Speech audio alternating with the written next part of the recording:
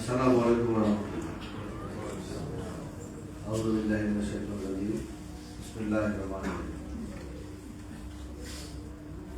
মহান শহীদ দিবস এবং আন্তর্জাতিক মাতৃভাষা দিবস ২১শে ফেব্রুয়ারি ৮ই নভেম্বর, সেই দিবসটিকে স্মরণ করে আজকের এই মহতী আয়োজন সভা এবং সভা শেষে পুরস্কার বিতরণ। আয়োজনের সম্মানিত সভাপতি আমাদের এই উপজেলার মাননীয় নির্বাহী অফিসার মোহাম্মদ আরাফাত আমান আজিজ, উপস্থিত আমার প্রিয় ভাই বড়গ্রাম ইউনিয়নের সাবেক চেয়ারম্যান জনাব আবুল কালাম আজাদ, উপস্থিত আমাদের এই বাবা উপজেলা তথা আমাদের এই অঞ্চলের বিশেষ করে আলেমবি বিভিন্ন পর্যায়ের কর্মকর্তাবৃন্দ, আমাদের রাজনৈতিক দলের নেতৃবৃন্দ, শিক্ষক আছে, আমার কমনমতি অত্যন্ত সুনিষ্ঠুর ছাত্রছাত্রীবৃন্দ এবং সুধীমণ্ডলী, সবাইকে আমার হয়ে আমাদের প্রিয় এলাকা বাবা মোহাম্মদপুরবাসী হয়ে আপনাদেরকে জানাই সশস্ত্র সালাম এবং কৃতজ্ঞতা। কৃতজ্ঞতা এই কারণে জানাই যে বিশেষ করে বাবা উপজেলা পরিষদ এবং এই উপজেলার যারা আছেন জনগণের নেতৃত্বে সবাই মিলে আজকের আয়োজন, সুন্দর আয়োজন করে আমাদেরকে আমন্ত্রণ জানিয়েছেন, সেই জন্য কৃতজ্ঞতা জানাই। পাশাপাশি মহান রাব্বুল আলামিনের দরবারে শুকরিয়া আদায় করি, আল্লাহ তাআলা আমাদেরকে এত সুন্দর একটা আয়োজনে শরীক করেছেন। আমি আমার বক্তব্যের শুরুতেই শ্রদ্ধার সঙ্গে স্মরণ করছি আমাদের সেই মহান ভাষা দিবসে ১৯৫২ সালের এই দিনে সালাম, রফিক, জাব্বার, বরকত সহ যারা শহীদ হয়েছে এবং তারপর থেকে চলমান গণতান্ত্রিক আন্দোলনে সর্বোপরি মহান মুক্তিযুদ্ধের ঘোষক শহীদ রাষ্ট্রপতি জিয়াউর রহমান সহ যারা এই সমস্ত বীর মুক্তিযোদ্ধা শহীদ হয়েছে এবং পর্যায়ক্রমে সকল গণতান্ত্রিক আন্দোলনে সর্বোপরি আমাদের গত ২৪ সালের ৫ই আগস্ট যে কম বেশি ১৪০০ আমাদের অত্যন্ত স্নেহের কমলমতি ছাত্রছাত্রী, শিশু, কিশোর, আবাল, বৃদ্ধ, বনিতা এবং দায়িত্ব পালন করতে গিয়ে কিছু সরকারি কর্মকর্তা, কর্মচারী, সৈনিক সহ যারা শহীদ হয়েছেন তাদের আত্মার মাগফিরাত কামনা করছি এবং এখনো যারা পঙ্গু হয়ে আছে, অসহায়ত্ব হয়ে আছে, যাদেরকে চিকিৎসার জন্য আমার নলেজ আছে আমাদের রাজশাহী বাবা উপজেলায় আমরা চিকিৎসা করতে পারছি, কিন্তু শুধু থাইল্যান্ড পর্যন্ত তার চিকিৎসা এখনো হয় না, মানে করার কোনো সুযোগ নাই, পঙ্গু হয়ে আছে। সবাইকে তারা যেন আসল মুক্তি কামনা করছি এবং আজকের এই দিবসে আমরা আমাদের প্রথম প্রহরে আমাদের হৃদয়ের অর্ঘ অর্পণ করেছি, তাদের প্রতি শ্রদ্ধাঞ্জলি জানিয়েছি। সেই ধারাবাহিক কর্মসূচির অংশ হিসেবে আজকের এই আলোচনার সময় আমরা আলোচনা করতে এসেছি। আসলে এইটি হচ্ছে সেই দিন, যে দিনটি আমাদের সকল চলমান গণতান্ত্রিক আন্দোলনের একটা উজ্জ্বল দৃষ্টান্ত। আমরা যারা সে একই বৈষম্যের শিকার হয়েছিলাম যখন উর্দুকে একমাত্র রাষ্ট্রভাষা কায়েম করার জন্য তৎকালীন পাকিস্তান প্রধান বলেছিলেন যে উর্দু হবে একমাত্র রাষ্ট্রভাষা, সাথে সাথে এদেশের দামাল ছেলেরা বিশেষ করে যারা ছাত্র ছিল তারা বেশি ভূমিকা রেখেছিলেন এবং তারা না না বলে এই রাষ্ট্রভাষাকে বাংলা করতে হবে দাবিতে তারা তাদের আন্দোলন করেছেন এবং এক পর্যায়ে চূড়ান্ত পর্যায়ে তারা শহীদ পর্যন্ত হয়েছে এবং আমাদের সেই রাষ্ট্রভাষা বাংলাকে আমাদের দেশে এই সাবকন্টিনেন্টের বিশেষ করে আমাদের এশিয়ার যে বৃহত্তর জনগোষ্ঠী বাংলা ভাষাভাষী তাদের প্রাণের ভাষা ছিল রাষ্ট্রভাষা বাংলা, সেই পর্যায়ক্রমে আন্তর্জাতিক ভাষা হিসাবে খ্যাতি সম্পন্ন হয়েছে। এইটা আমাদের জাতীয় জীবনে এটা অনেক গৌরবের বিষয়। আমরা যদি মহান স্বাধীনতা যুদ্ধকে একটি বিদেশিদের মালা মনে করে মধ্যে সেই গোলাপ ফুল মনে করি, তাহলে এই 1952 ভাষা আন্দোলনে যারা শহীদ হয়েছেন সেই মালারই এক একটি ফুল।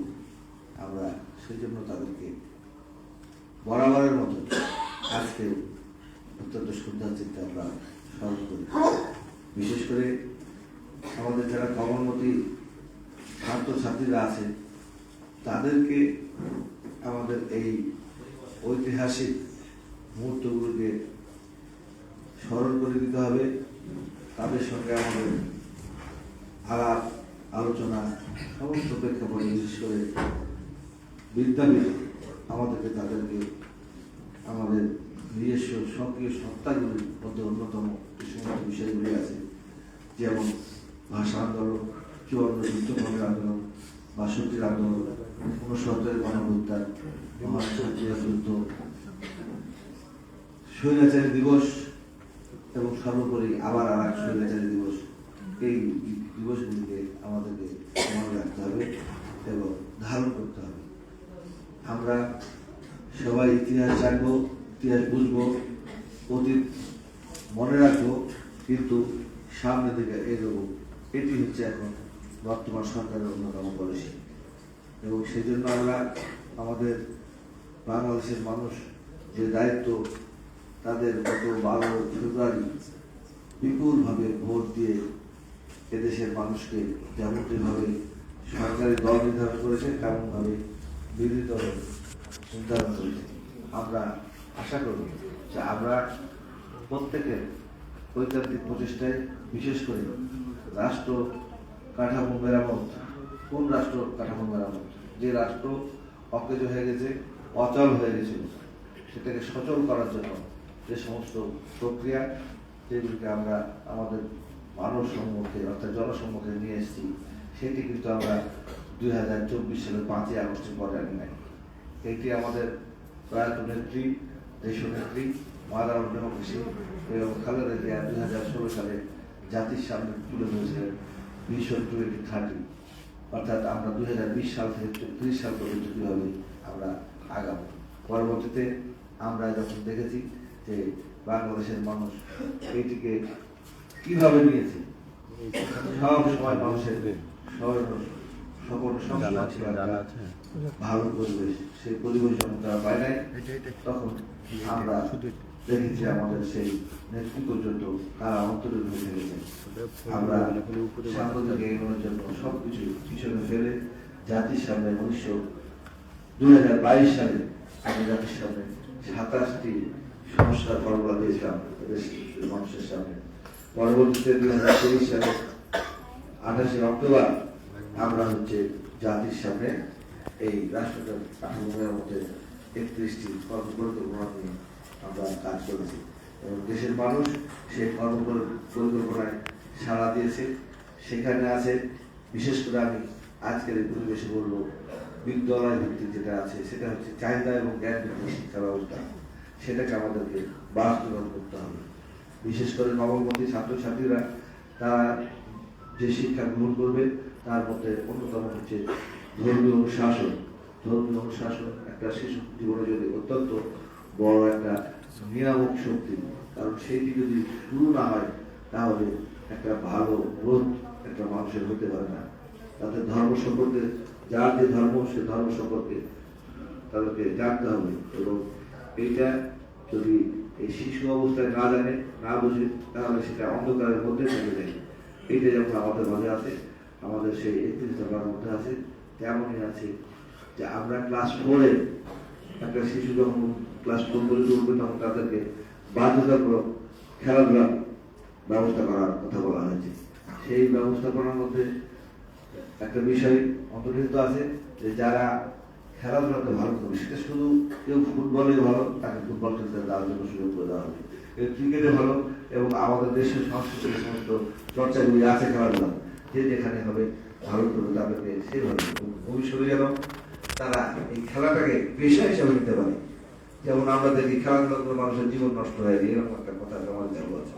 সেই জন্য খেলাধুলার অপরাধী যারা হবে, একটা শিশুর ভিতরে বিভিন্ন রকমের প্রতিভা থাকে, সেটা বিকশিত হওয়ার সময় কেউ গান করতে পারে, কেউ হাম গান জানতে পারে, কেউ ওই সমস্ত জায়গায় ভালো করতে পারে, কেউ ক্রিকেট খেলতে পারে, কেউ ফুটবল খেলতে পারে, কেউ হকি খেলতে পারে, কেউ অ্যাথলেটিক্স করতে পারে ভালো। তাদেরকে সেই সমস্ত সুযোগ দেওয়ার জন্য পর্যায়ক্রমে যে শিক্ষা ব্যবস্থা বিভিন্ন বিভাগে নিশ্চিত করার কথা বলা হয়েছে। যেমন আমাদের রাজশাহীতে আমাদের সৌভাগ্য, রাজশাহীতে বিকেএসপি স্থাপিত হয়েছে এবং সেই দিকে আমরা শুধু রাজশাহী বলে না, সারা বাংলাদেশে এরকম বিভাগীয় খেলাতে এরকম একটা যারা দিয়ে যাবে, যে খেলার পারদর্শী হবে তাদেরকে সেই খেলাতে পরবর্তীতে সেখান থেকে রিক্রুট করে ওই প্রতিস্থাপন করা হবে এবং এর মাধ্যমে সমাজে যেমন কিছু বেকার সমস্যার সমাধান হবে, পাশাপাশি একটা মানুষের মতো গড়ার একটা প্রাতিষ্ঠানিক ভিত্তি থাকবে। এটা যেমন আছে, পাশাপাশি হচ্ছে কারিগরি শিক্ষা।